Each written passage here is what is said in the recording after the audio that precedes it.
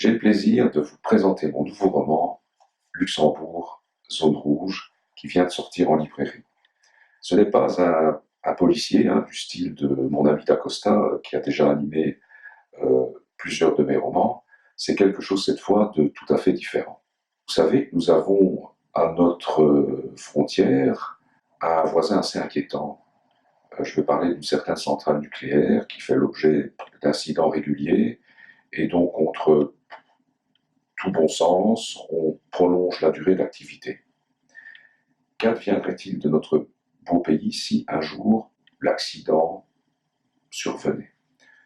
Donc je n'ai pas voulu du tout écrire ici un roman catastrophe. Cette histoire se déroule une quinzaine d'années après ce fameux accident. Le Luxembourg a été totalement isolé, c'est devenu une zone, on dirait, tchernobylisée, pour parler en bon français. Il a été vidé de ses habitants et la nature y a repris ses droits. La végétation a envahi les villes.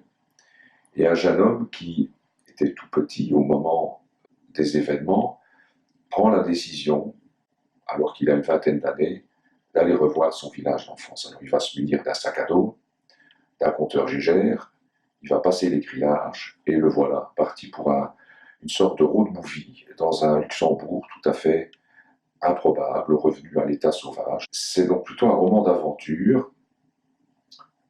Je pense que mes premiers lecteurs en sont extrêmement enthousiastes. C'est aussi peut-être une histoire qui donne à réfléchir, puisque dans cette fiction, il y a cette catastrophe nucléaire qui a pour le pays une conséquence fatale. Voilà, mais avant tout, ce livre est un roman, et un roman d'aventure, et j'espère que vous trouverez beaucoup de plaisir à y découvrir un Luxembourg tout à fait surprenant. Je vous remercie et bonne lecture. Au revoir.